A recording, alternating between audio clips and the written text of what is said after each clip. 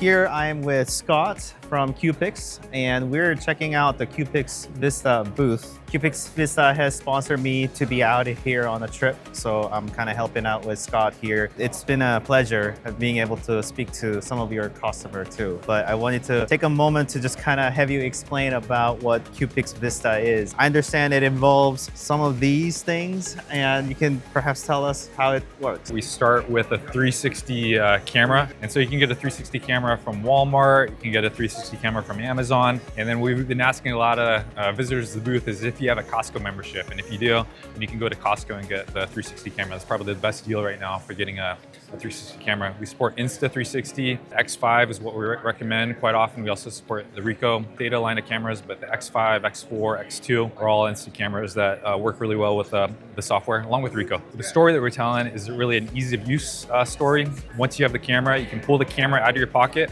attach it to a selfie stick, hit the record button, and start walking around the site you want to create a 3D scan with. And that's essentially what CupixVista comes in. So as you're walking around, you're digitizing the area. You can take voice notes and photo notes as you're walking around. The result is 3D scan. So you upload the data, you get a 3D scan back. The system is going to send you an email notification, and then immediately you'll get a link. And then when you click on the link, it'll open up our app in the browser, and immediately you can see the 3D scan data.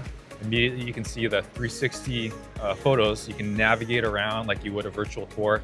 So if you want to look at the 3D scan data, you can take top views, section views, take measurements, or if you want to do a virtual tour, you just toggle it to the virtual tour, all in the same web app, and you can navigate around like you're walking the site. A lot of users are going to want to take that and get a 3D point cloud from this web app, and then use it instead of Revit or AutoCAD for their as-built model purposes. Awesome. I mean, I do want to kind of talk through pricing. What's the catch here? Okay, yeah, so with CupixVista, we're currently in beta. We've been in beta for a while now. The software gets actively updated, at least the engine does. We're collecting customer feedback, so we have a new feature that allows moving of maps to different projects. We have a new feature that's coming that's going to provide some additional intelligence of the scan data in the virtual tour. We have some features that provide the underlying 2D map, say like the streets that you're working on from a GIS perspective, and overlay the data. So there's some improvements that are taking place on the software. And so we're in beta, and the cost, here's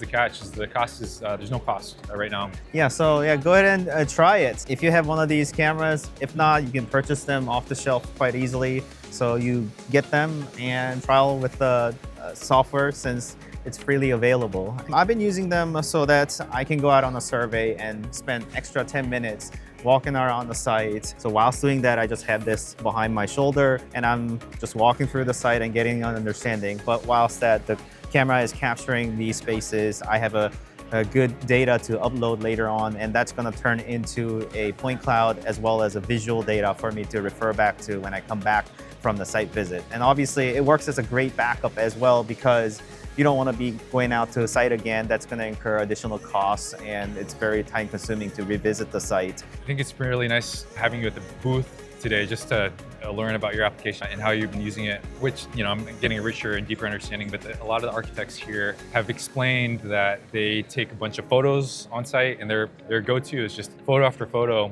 of the job site and some of the manual measurements that you take. But then it's nice that you can explain how helpful that has been for creating those as-built. Yeah, absolutely. And thanks for having me, because it's been a pleasure being out here, checking out some of the Expo area, as well as being able to speak to some of my fellows who's struggling with the same thing. And hopefully they experience this little bit and get to experience some of the benefits. Thanks for all of you watching, and thanks, Scott, for having me here. Thanks, Joseph. Thanks, everybody. Bye-bye. Bye.